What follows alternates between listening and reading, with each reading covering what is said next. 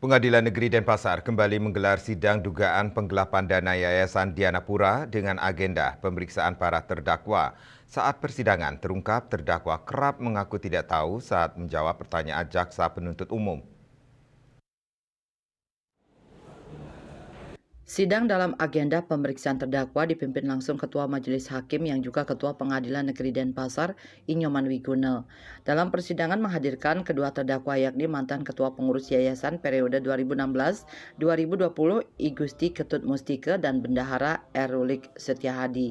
Keduanya didakwa melakukan penggelapan dalam jabatan yang mengakibatkan kerugian mencapai 25,5 miliar rupiah. Persidangan yang berjalan alot itu, terdakwa kerap mengatakan tidak tahu dan banyak menyampaikan asumsi tanpa bisa membantah dugaan penggelapan tersebut akan aliran dana yayasan saat ditanya oleh jaksa penuntut umum. Kenapa terjadi peristiwa pemindahan dari banyak rekening yang sama-sama rekening itu milik Yayasan Dianapura, kok perlu dipindahkan dari rekening satu ke rekening lain? Kalau terjadi pemindahan uang, apa kepentingannya?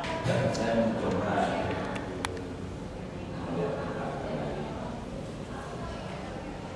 dan volume kerjaan itu begitu padatnya, ya, jadi mengurus orang yang sebanyak itu, kalau itu kan tidak mungkin pasti dibayar oleh negara dengan cara itu. Nah, soal dia memindahkan rekening pribadinya untuk memindahkan apa, karena beliau juga sebelumnya menjabat dari bendahara sebelum saya sana jadi penjabat, karena ada tugas pegawai tetap di dosen. Nah, jadi yang saya bisa bayangkan karena di desa ada akreditasi institusi.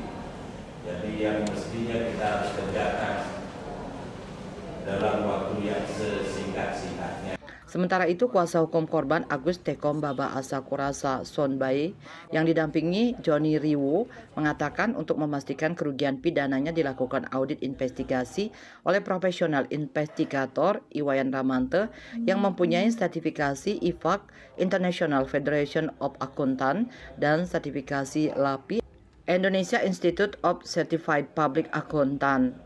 Sehingga auditor yang dihadirkan juga dalam persidangan untuk memberikan keterangan sebagai ahli itu mempunyai legal standing dan sah sebagai ahli dalam audit investigasi. Saya melihat secara eksplisit terdakwa tidak bisa membantah apa yang disampaikan atau yang diuraikan di dalam audit investigasi yang dilakukan oleh Prof. Ramante.